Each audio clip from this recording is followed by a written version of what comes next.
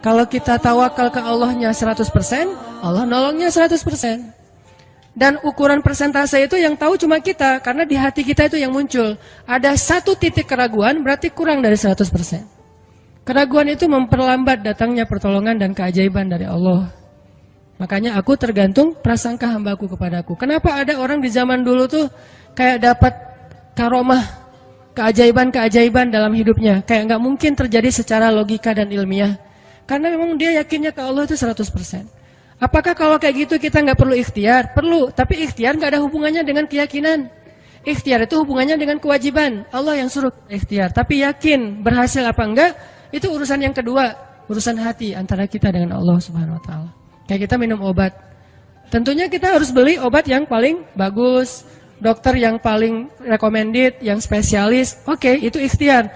Tapi kalau sampai hati kita terlibat dengan ikhtiar itu, meyakini bahwa kalau ini pasti sembuh, kalau ini kayaknya nggak ada harapan, soalnya dokter juga nggak ahli, berarti hati kita sudah terpaut dengan makhluk dan berarti sudah berkurang yakinnya kepada Allah. Saat itu kita tidak akan melihat keajaiban. Yang terjadi dalam hidup kita saat itu apa? Hal-hal yang ilmiah. Kenapa kita hanya ngalamin hal-hal yang ilmiah? Karena kita yakinnya kepada hal yang ilmiah. Kenapa ada orang yang ngalamin hal-hal yang sifatnya miracle? Karena dia yakinnya kepada mukjizat. Yakinnya kepada aun atau pertolongan dari Allah Subhanahu Wa Taala. Jadi bukan kita tidak berikhtiar, ini bab a'malul qulub, amal hati. Apakah hati kita yakin nggak sama Allah Subhanahu Wa Taala? Dan Umar mendengar cerita itu semakin yakin sama Allah. Makanya nanti muncul kasus di zaman Umar tuh luar biasa. Ini presiden kalau imannya 100% ke Allah, ada masalah di negaranya tuh dia tinggal bilang ya Allah beres tuh masalah. Jadi di Mesir waktu itu ada musim paceklik sampai Sungai Nil tuh hampir habis tuh. Sehingga air Sungai Nil nggak mengalir lagi ke ladang-ladang jagung, gandumnya orang-orang Mesir. Dan orang Mesir yang dulunya menyembah anak sapi betina mulai syirik lagi nih. Mulai berpikir, kalau kayak gini mah sama aja. Setelah Islam datang kita tetap aja susah, paceklik. Mending kita doa lagi ke nenek moyang kita, dewa-dewa yang dulu.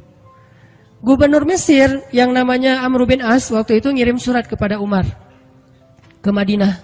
Ya Amirul Mukminin, Mesir sedang diuji oleh Allah dengan kekeringan dan masyarakatnya hampir syirik. Kami mohon bantuan dari pusat, dari Madinah untuk membantu bagaimana mengatasi kekeringan di Mesir. Begitu surat itu sampai ke Umar bin Khattab, Umar nulis balik surat dalam bentuk doa. Bismillahirrahmanirrahim. Ya Allah, turunkanlah hujan untuk masyarakat rakyat Mesir. Dikirim ini surat ke Mesir. Waktu itu ibu katanya masih Alexandria, belum Kairo.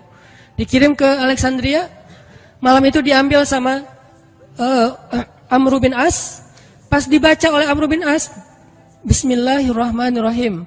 Ya Allah, berikan rakyat Mesir hujan yang mencukupi untuk mereka. Saat itu juga hujan turun. Sampai Sungai Nil meluap dan menggenangi ladang-ladang jagung dan gandumnya orang-orang Mesir. Dan mereka bertakbir semuanya. Cuman ngirim surat doang dari Amirul Mukminin. Kan enak ya? Coba kalau kita hidup di zaman Umar. Ya Amirul Mukminin, saya belum dapat jodoh. Ya Allah beri dia jodoh. Beres. Cepet banget loh. Ya Amirul Mukminin, dia nolak saya. Ya Allah terimalah. Terima. Yang kemarin nolak hari ini. Kenapa ya saya jadi serak sama dia? Gara-gara doa Amirul Mukminin. Ini artinya teman-teman, keajaiban dari yakin kepada Allah itu luar biasa dari kisah bapak tadi itu. Kalau kita berbaik sangka kepada Allah. Kenapa nggak ikhtiar? Mungkin sudah ikhtiar, bikin pengairan segala macam tapi belum berhasil. Yang kurang cuma satu, doa. Doa mungkin udah banyak tapi belum diijabah karena doa-doa mereka tidak seajaib doanya Umar bin Khattab. Belum lagi Umar berdiri di atas mimbar. Ini mungkin terkenal nih, kejadian dalam perang Qadisiyah kalau nggak salah. Umar lagi khutbah Jumat di Madinah. Kaum muslimin lagi berperang di Irak melawan pasukan Persia, perang Qadisiyah namanya. Irak Madinah tuh kan kalau naik pesawat sekitar 2,5 jam, 3 jam, jauh tuh. Jakarta Medan lah, jauh. Nah, Umar lagi khutbah di atas mimbar, sholat Jumat, tiba-tiba tema khutbahnya tuh ganti gitu.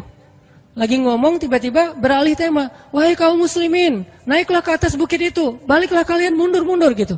Jadi Umar tiba-tiba kayak ngomongin sesuatu yang gak nyambung. Orang-orang heran, ini Umar kenapa? Oh ya udah biarin, namanya juga Umar gitu kan. Dia punya Mungkin dia ngelihat setan atau apa, setan kan takut sama Umar. Diem. Udah selesai sholat Jumat, pada datang, ya Amirul Mukminin, tadi apa yang terjadi? Kenapa Amirul Mukminin ngomong sesuatu yang nggak nyambung? Kita juga nggak ngerti. Kata Amirul Mukminin, saya ngelihat Allah menampakkan kepada saya pasukan Islam di Qadisiyah yang terdesak, hampir habis dibantai sama musuh. Tapi saya ditunjukkan ke sebuah bukit yang mungkin mudah-mudahan itu jadi benteng untuk mereka berlindung. Saya suruh mereka naik. Orang kan nggak langsung percaya kan? Bener gitu terjadi kayak gitu. Kalau Rasul ngomong, mungkin aku naik ke langit, Isra Mi'raj, oke lah. Itu aja masih ada yang mendustakan. Ini Umar yang ngomong, bukan Nabi yang dapat wahyu. Orang nggak langsung percaya. Selang beberapa minggu kemudian, pasukan Qadisiyah pulang.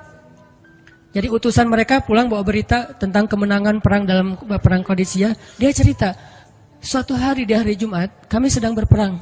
Kami terdesak, hampir habis dibantai sama musuh. Udah nggak ada jalan untuk berlindung. Tiba-tiba kami mendengar suara Umar.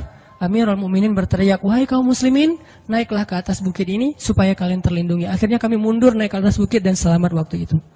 Berarti benar-benar terjadi. Kok bisa? Ya, qadarullah.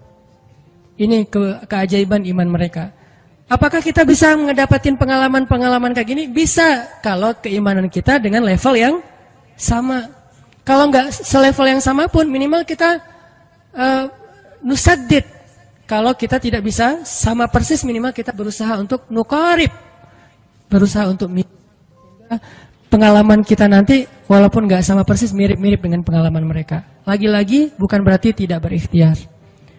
Ini keajaiban-keajaiban yang terjadi. Dan saya juga baru ngalamin kemarin pas saya di nggak kurang dari seminggu yang lalu, saya baru pulang dari laut di Batu Karas. Di sini ada teman saya, Agi. Mana Agi? Nah, ini Agi ya. Ini by the way model iklan. Ada deh pokoknya iklan jodoh maksudnya. Agi ini anak Batu Karas. Agi boleh diceritain? Agi ini anak Batu Karas. Batu Karas itu Jawa Barat, daerah Pangandaran. Dari Bandung kurang lebih 6 jam perjalanan. Kalau lagi ada ombak saya suka ke sana nonton orang main surfing. Nggak main sih, main dikit-dikit tapi nggak jago. Nonton orang main surfing. Ketemu Agi. Agi nggak tahu tuh ya. 2 hari sebelum saya datang ke Batu Karas, dia sakit, kayak demam gitu. Mungkin habis diputusin kali ya. Dia demam gitu, nggak enak badan, pengen pulang. Biasanya kalau nggak enak badan cuma dia tinggal di Jakarta, paling juga di kos-kosan. Tapi kali ini pengen pulang ke Batu Karas banget. Aduh, kenapa ya pengen pulang ke Basroh Batu Karas gitu ya. Batu Karas kayak Basroh gitu. Pengen ke Batu Karas. Pas dia pulang, hari saya lagi mau main tuh, dia diajak sama temen dia, ngojay itu apa? Berenang yuk gitu. Berenang yuk, berenang. Dia ikut, padahal lagi nggak enak badan, tapi pengen berenang. Pas lagi di pantai, saya datang ketemu loh, kayak kenal nih, hitam-hitam ektis gitu. Ternyata ketemu saya, Ustadz Hanan ya, ya kenalan. Ustadz saya tuh ketemu Ustadz kemarin di Meruya pas kajian minggu bulan yang lalu. Cuman karena jamaahnya banyak, saya nggak bisa ketemu Ustadz, nggak bisa salaman. Saya waktu itu membatin. Ya Allah, saya pengen banget ketemu Ustadz Hanan langsung, tapi jangan dalam suasana ta'lim yang ramai, langsung berdua. Mudah-mudahan terkabulkan. Akhirnya Agi banyak istighfar sebulan istighfar. Akhirnya terjadilah yang tadi itu, dia nggak enak badan. Saya juga tiba-tiba ujuk-ujuk, kenapa ya saya pengen ke Batu Karas, kenapa ya pengen ke Batu Karas. Ternyata di sana ada ombak. Kan ada Agi.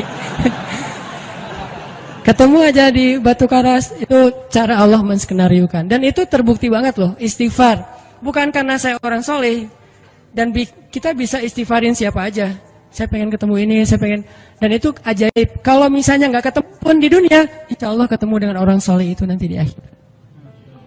Apa ruginya beristighfar dan berdoa? Nggak ada ruginya kan? Ya Allah, saya pengen banget ketemu dengan, misalnya, sebutlah ulama yang paling kita ngefans di dunia, siapa gitu, dengan Imam Sudais, Imam Masjidil Haram. Pengen banget jabat tangan sama Imam Masjidil Haram yang imamin umat Islam seluruh dunia gitu. Tapi kan nggak mungkin.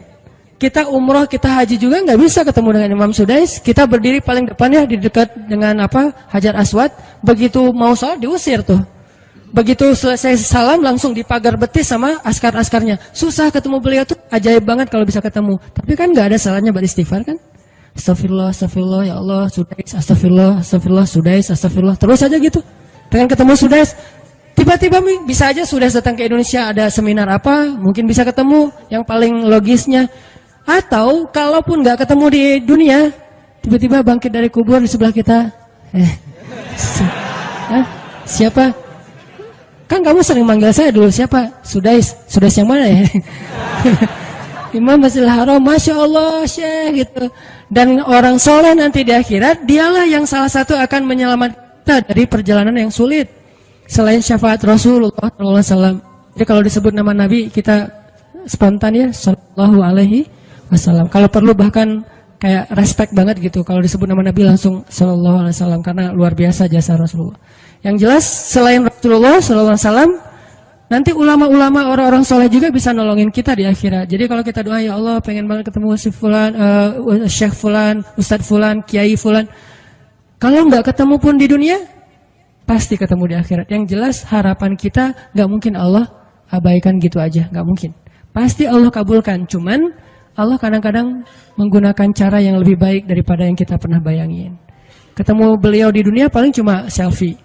Tapi kalau ketemu di akhirat, dibawa selamat di sirat yang panjang, lebih mending mana? Ketemu nih dengan seorang ulama, orang soleh yang kita ngefans banget nih. Pokoknya saya pengen banget selfie sama beliau, ya Allah. Apalagi kalau orang soleh itu followersnya banyak, misalnya 1.100.000. Sedikit itu mah, banyak model yang 17 juta, 19 juta. Pengen followersnya nambah kalau selfie sama beliau. Cuma nambah followers. Tapi kalau ketemunya di akhirat, nambah apa? Nambah derajat, naik level. Kita jadi selevel dengan masuk ke level beliau, padahal kita mah malahnya nggak selevel gitu. Kenapa? Karena dibawa sama beliau. Orang soleh itu kalau mau masuk surga, teman-teman nyari teman-teman yang mencintainya di dunia. Ya Allah, mana Fulan, dia mencintai saya di dunia. Ya Allah, mana Fulan, dia mencintai saya di dunia.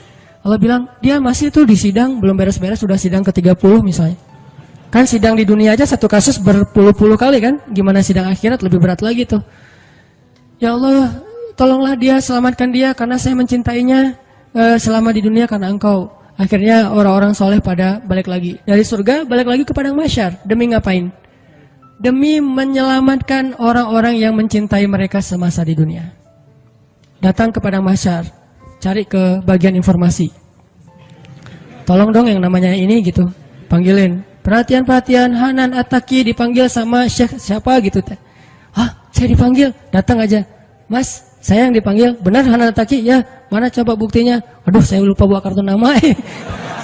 KTP misalnya. Nah, pasti tahu lah ya malaikat sama kita. Udah, masuk aja. Tuh ada yang nungguin di business lounge gitu. Jadi ada VIP lounge-nya gitu kan. Oh, saya boleh masuk VIP lounge-nya, masuk ke VIP lounge. Udah sampai di sana udah ada makanan segala macam, mereka lagi duduk. Kayak asa kenal nih, siapa ya? Dekat Hanan ya? Ya, wah kita sering ketemu dalam doa. Wah, akhirnya pelukan. Ada apa, Syekh? Yuk ikut saya ke surga, kan enak banget kan? Terus sidang saya gimana? Udah beres, diberes sama teman-teman saya di saya banyak teman di dalam gitu. Saya banyak. Beres kan? Di dunia aja bisa gitu, masa di akhirat gak bisa? Tapi dengan seizin Allah dan Allah ridho dengan kebaikan-kebaikan itu. Jadi nggak ada sia-sianya juga kita. Kan dulu saya pernah cerita yang Imam Ahmad bin Hambal kan yang pengen banget ke Basrah, dan itu ternyata terjadi juga sama Agi. Dan terjadi juga sama salah seorang driver ojek online di Bandung. Baru 2 bulan yang lalu kejadiannya. Saya lagi datang ke markasnya Pemuda Hijrah, kita sering ada kayak rapat gitu di kantor. Markas kita namanya Masjid Al-Latif di dekat Gedung Sate. Datang dari pagi rapat sampai sore. Dan saya pakai baju baju main biasa, bukan pakai baju taklim. Sebetulnya sama aja sih. Nah, waktu itu sholat zuhur di Masjid Al-Latif, saya ngimamin sama asar. Habis asar pulang. Karena nggak nyetir sendiri, saya pakai online, saya order nih. Order, pakai ojek, ada yang ngambil. Drivernya ngambil, datang, jemput, pulang. Kemana? Ke Cimahi, pulang. Di tengah jalan dia nanya, Mas sering sholat di Masjid Al-Latif itu ya? Saya bilang, ya lumayan, saya bilang. Ya itu masjid rame banget, anak-anak muda pada numplak di situ taklim. Siapa sih itu, ada imam muda, bagus suaranya gitu. Ntar, jangan GR dulu. Muzammil, oh iya Muzammil, ya bagus tuh. Tadi udah GR, ternyata salah. Oh Muzamil, benar-benar Muzamil tuh suaranya bagus banget ya, anak ITB kan? Ya anak ITB ya. Kalau Mas di situ sering ngimamin juga? Ya sesekali sih saya bilang. Dia mulai curiga gitu. Suka ikut talim juga di sana? Ya kadang-kadang saya bilang. Kenal sama Muzamil? Ya lumayan, padahal murid sendiri kan. Lumayan saya bilang. Oh Mas kayak nggak asing nih. Mas tadi ngimamin sholat zuhur bukan? Ya saya bilang. Mulai curiga kan dia. Mas namanya siapa sih Mas? Hanan saya bilang. Hanan? Hanan yang mana nih? Ya.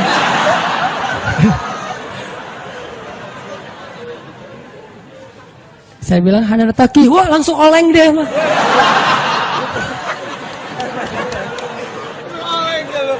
Oh, Mas biasa aja Mas biasa aja gitu.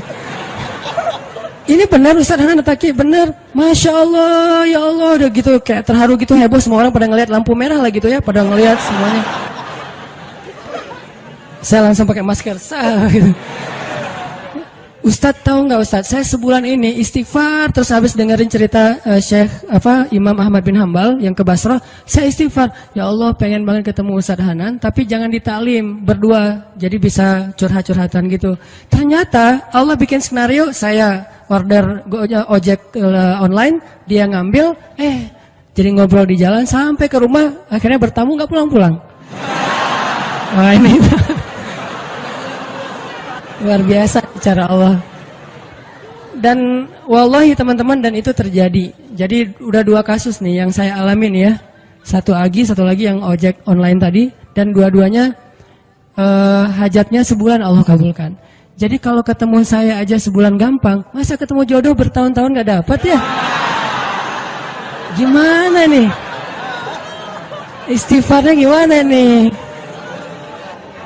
Ini terutama buat cewek-cewek nih. Kalau cewek-cewek kan nggak bisa nyari. Masa cewek kepo gitu kan nggak mungkin. Pura-pura follow, nge-like. Kok dia nge-like terus yang first like lah gitu? Nggak mungkin kan? Cewek kan agak-agak jaim. Ya udah istighfar aja deh. Banyak-banyak istighfar. Tiba-tiba ada yang kesandung jatuh di depan cewek, HP-nya jatuh. Dia pergi, HP-nya nomornya. Nggak penting sih ceritanya. Pokoknya ada. Ada jalan dari Allah yang kita nggak ngerti nih, yang jelas bisa. Kita tinggal yakin aja sama Allah, istighfar, Allah yang kasih jalan. Walladzina jahadu fina lanahdiyannahum subulana.